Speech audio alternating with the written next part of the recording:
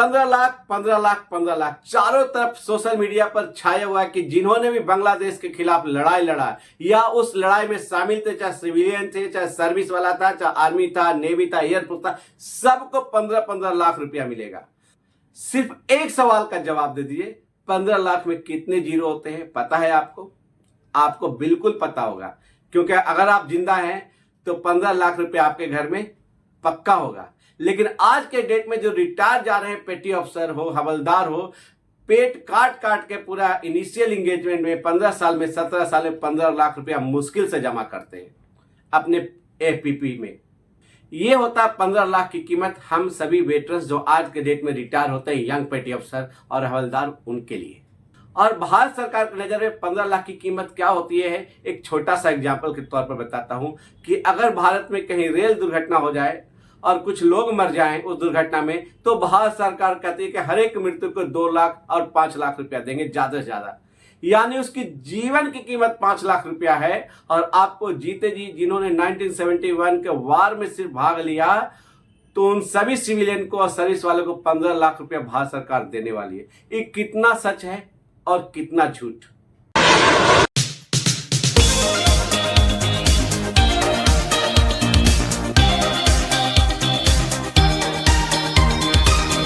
Jain veterans, आप देख रहे हैं अपना खुद का YouTube channel A3Z ex serviceman friends हो। Ministry of defence, department of ex serviceman के अंडर सेक्रेटरी बी मीना साहब ने एक लेटर का इशू कर दिया। चारों तरफ हंगामा मच गया कि जिनके पास पश्चिमी स्टार, पूर्वी स्टार और समर सेवा स्टार मेडल है, उनको सभी को 15 लाख मिलेगा। चाहे आर्मी वाला हो, मैन इन यूनिफॉर्म आर्मी का हो, नेवी का हो, एयरफोर्स का हो, सिविलियन हो, सबको मिलेगा। दोस्तों, ऐसा उस लेटर में नहीं लिखा हुआ था। उस लेटर में लिखा हुआ था कि जो उस समय ईसीओ यानी इमरजेंसी कमीशन ऑफिसर और शॉर्ट सर्विस कमीशन ऑफिसर जिन्होंने 1965 और 1971 के वार में युद्ध में भाग लिया था, उनको पेंशन नहीं मिला था, तो भारत सरकार ने एक प्रपोजल दिया था कि इनको युद्ध सेवा सम्मान के रूप में 15 लाख रुपया अगर आज वो जीवित हैं उनको या उनके स्पाउस को दिया जाए।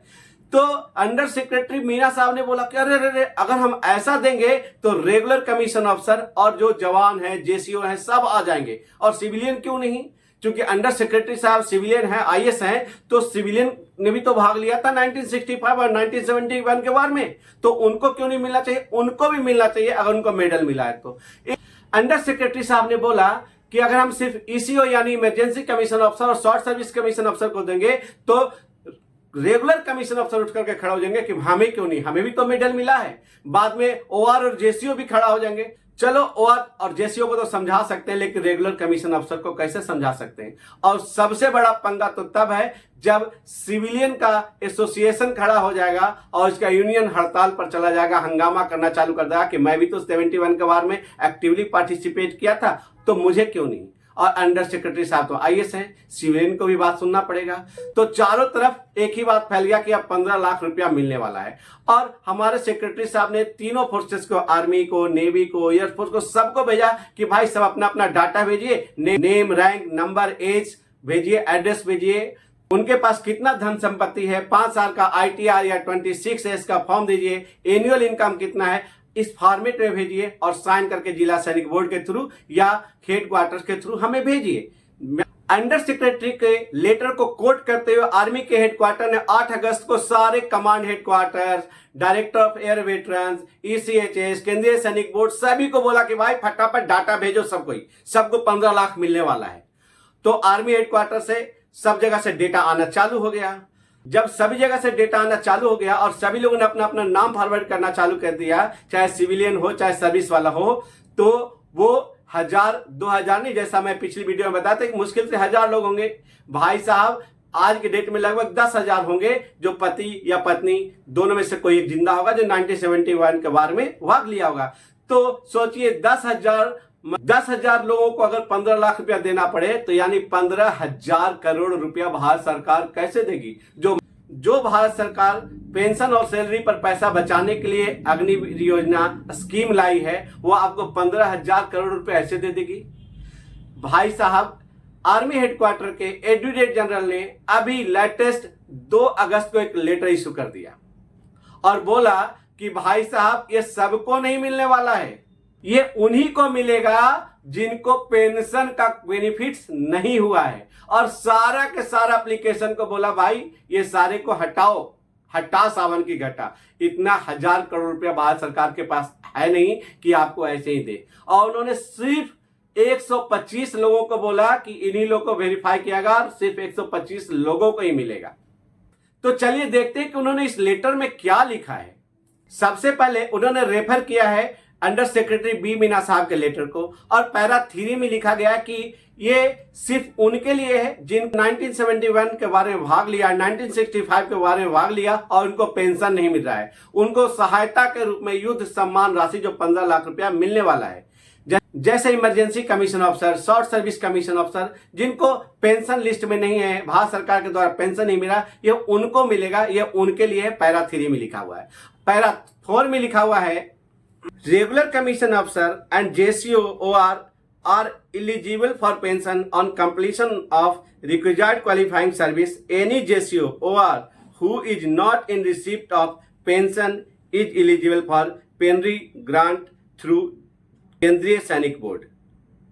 और पैरा 5 में लिखा हुआ है in view of the you are requested to process the cases in respect of 125 veterans whose details have already been verified and furnished via our letter number so and so dated 7 March 2023 for your necessary action. Any further delay in progress of subject issue only dilute the purpose of the proposal as the most of these veterans are advanced stage of their life.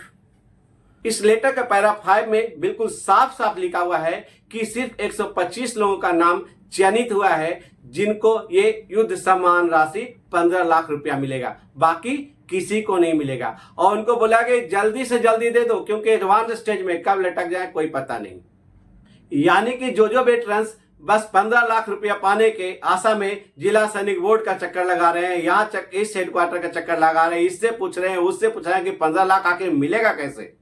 भाई 15 लाख रुपया army वालों ने reject कर दिया है, सिर्फ 125 लोगों का नाम चयनित किया है, बाकी को नहीं मिलेगा। आर्मी ने तो रिजेक्ट कर दिया, नेवी के हेडक्वार्टर ने एक लेटर इशू कर दिया सारे कमांड को कि भाई जिन्होंने 1965 और 1971 के बारे में भाग लिया है सब अपना अपना डाटा भेजो CRSO के थ्रू। और जैसा कि आप जानते हैं कि 1971 के वार में नेवी का सबसे अहम रोल था, चाहे कराची को जलाना हो, चाहे चटगांव पर बमबारी करना हो, चारों तरफ इंडियन नेवी छाई हुई थी। नॉर्थ में हो, चाहे ईस्टर्न साइड में हो, चाहे वेस्टर्न फ्रंट में हो, चारों तरफ इंडियन नेवी का डंका बज रहा था और पूरी इंडियन नेवी इन्वॉल्व थी। अगर आज के डेट में भी लगभग 5000 स्पाउस जिंदा होंगे इंडियन नेवी में भी, तो सोचिए कितना बड़ा अमाउंट होगा। एक तरफ इंडियन आर्मी ने तो रिजेक्ट कर दिया, लेकिन इंडियन नेवी क्या आपको 15 लाख रुपया सम्मान राशि दिला पाएगी? मुझे तो ऐसा नहीं लगता कि सबको 15 लाख रुपया मिल पाएगा। आपको क्या लगता है? आप जरूर बताएं। जाते जाते तो एक ज्ञान जरूर देता चला जाऊंगा। गीता में बोला गया है कि आप अपना कर्म कीजिए, फल का आशा मत कीजिए। जैसे कि नेवल हेडक्वार्टर ने बोला है कि आप अपना अपना डेटा भेजिए, जिन्होंने 1965 और 1971 के बारे में भाग लिया है तो आप भेजिए, हो सकता आपका लक्ष्य साथ दे दे और 15 लाख रुपया आपके घर में आ जाए, आपके माताजी के नाम पर, आपके पिताजी के नाम पर। जय हिंद।